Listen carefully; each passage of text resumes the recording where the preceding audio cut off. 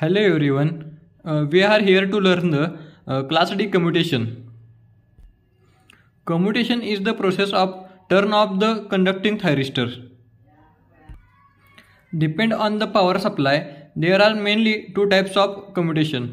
One is forced commutation and another is natural commutation. In forced commutation, there is another 5 types: Class A commutation, Class B commutation, Class C commutation, Class D commutation and Class C commutation.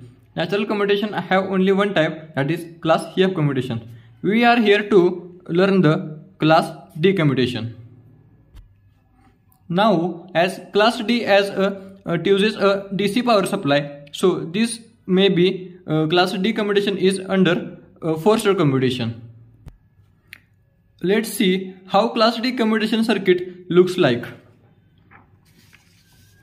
Here is the circuit diagram of Class D commutation. The components used in the Class D commutation are same as the Class B commutation circuit. That is a DC supply, then the 2 thyristors and T1 and auxiliary thyristor TA and a diode and an inductor L, capacitor and the load. We need to consider 2 assumptions before starting this circuit analysis.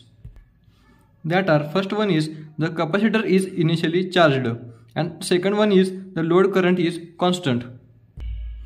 Now, instead of assuming the first point which says the capacitor is initially charged, let us actually try to find how can we keep the capacitor is initially charged.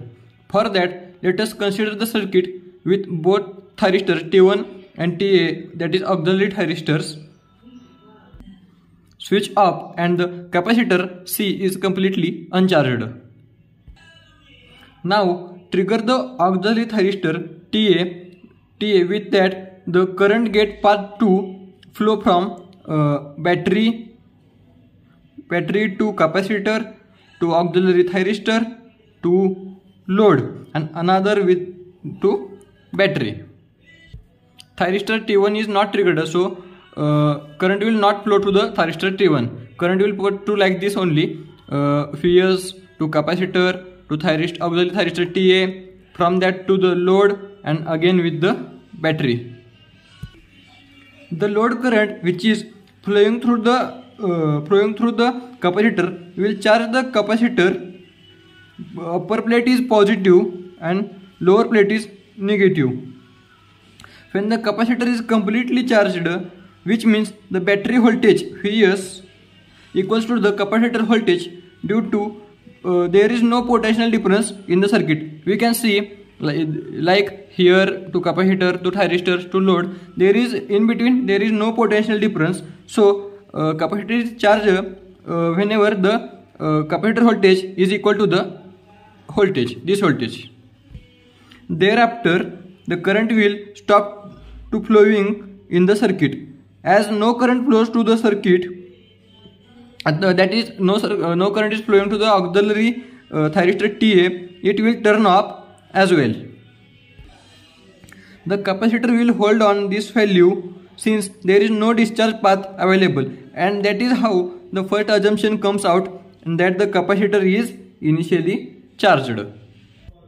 Now the capacitor C initially charged, the first assumption comes true. Then trigger the first thyristor, that is T1, that is apply the gate current to the T1, and then the current will flow like Vs to T1, then load and then back to the battery,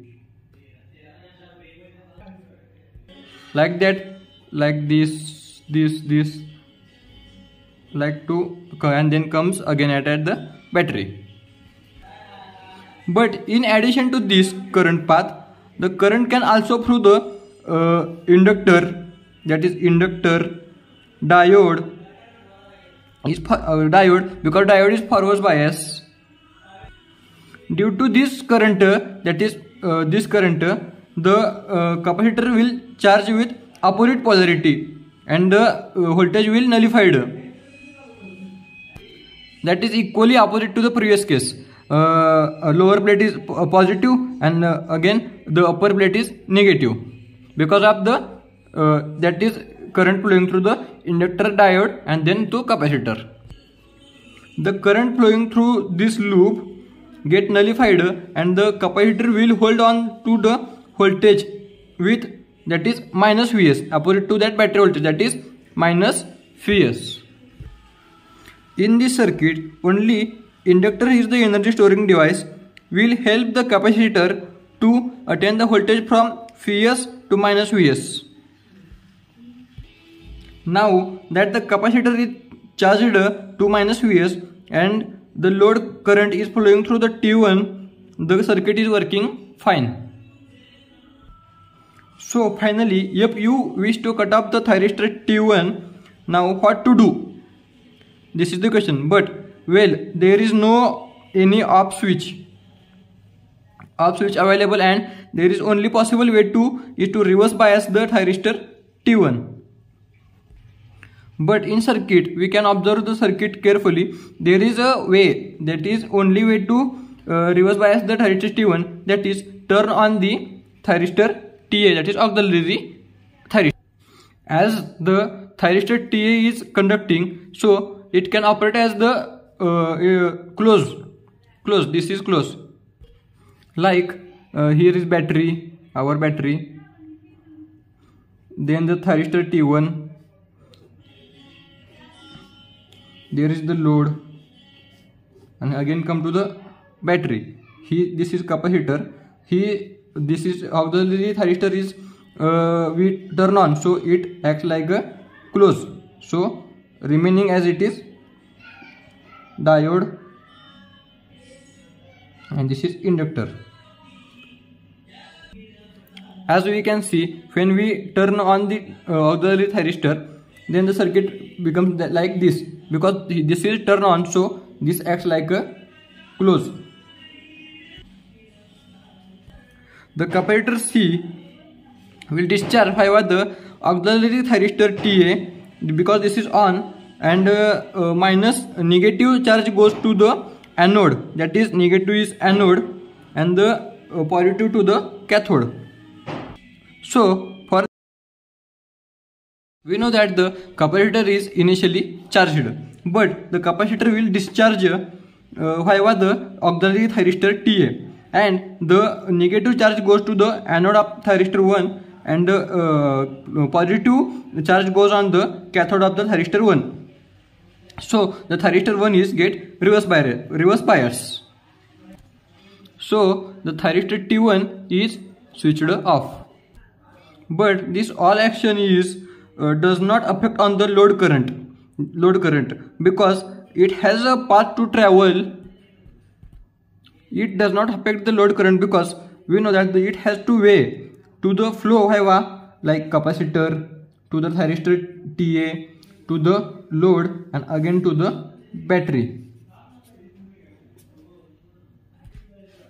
It continuously flow to the capacitor till the capacitor attains the voltage again Vs.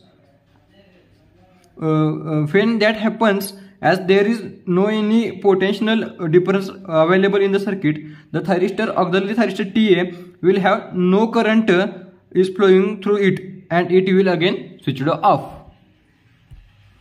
And after that, the circuit is back to its initial state with the capacitor charged to the voltage to Vs, that is capacitor is initially charged. That is our first assumption. This circuit is named by different names, as the auxiliary thyristor TA is used to turn off the working thyristor, that is T1, so it is called the auxiliary commutation. First one is auxiliary commutation. With the firing of auxiliary thyristor, a sudden reverse bias across T1, so it is also called as the voltage commutation. And again, when auxiliary thyristor is fired, capacitor gets connected across T1 to turn it off, hence it is also called the parallel commutation. because the capacitor is connected parallel to the thyristor 1. So guys, that was about the working of the Class D thyristor commutation circuit. Let's get these waveforms plotted. We have 7 plots to be drawn, all on the time axis. The first 2 are to indicate when thyristors T1 and TA are fired. Next 2 are voltage and current of thyristor T1. After that, voltage and current of capacitor.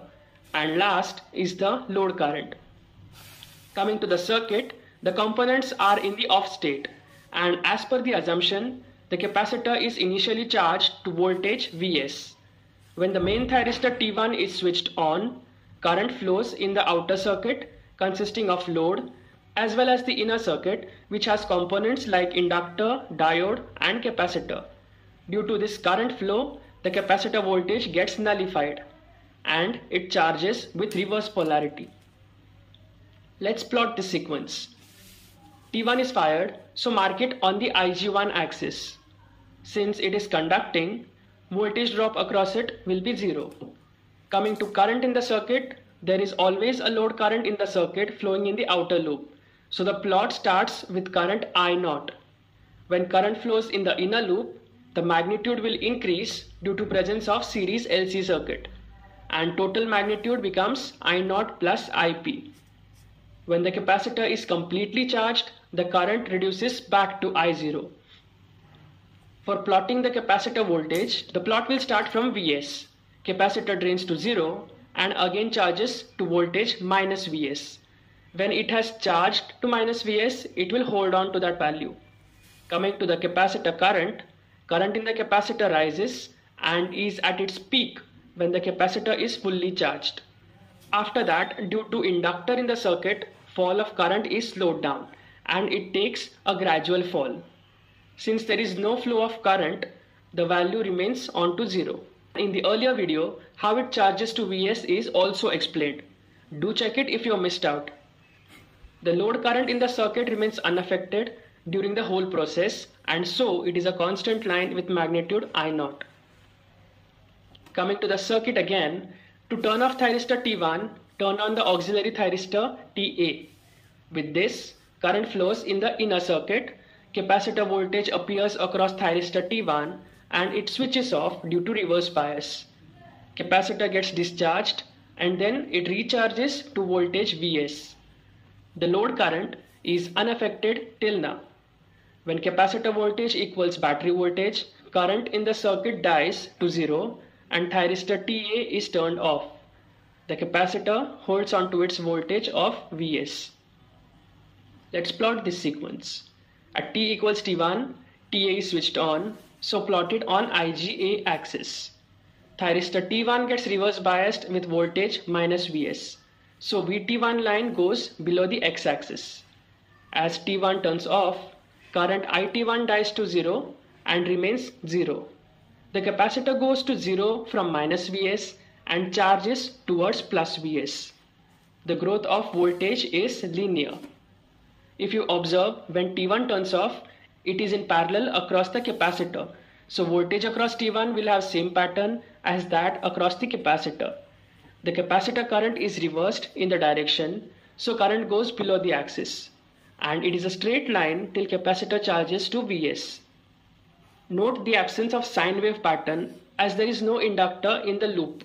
Once it charges to Vs, there is no current flowing in the circuit, so it remains on 0 line. The load current falls to 0 when TA is turned on to turn off T1. At t equals T1, TA is on and T1 is off.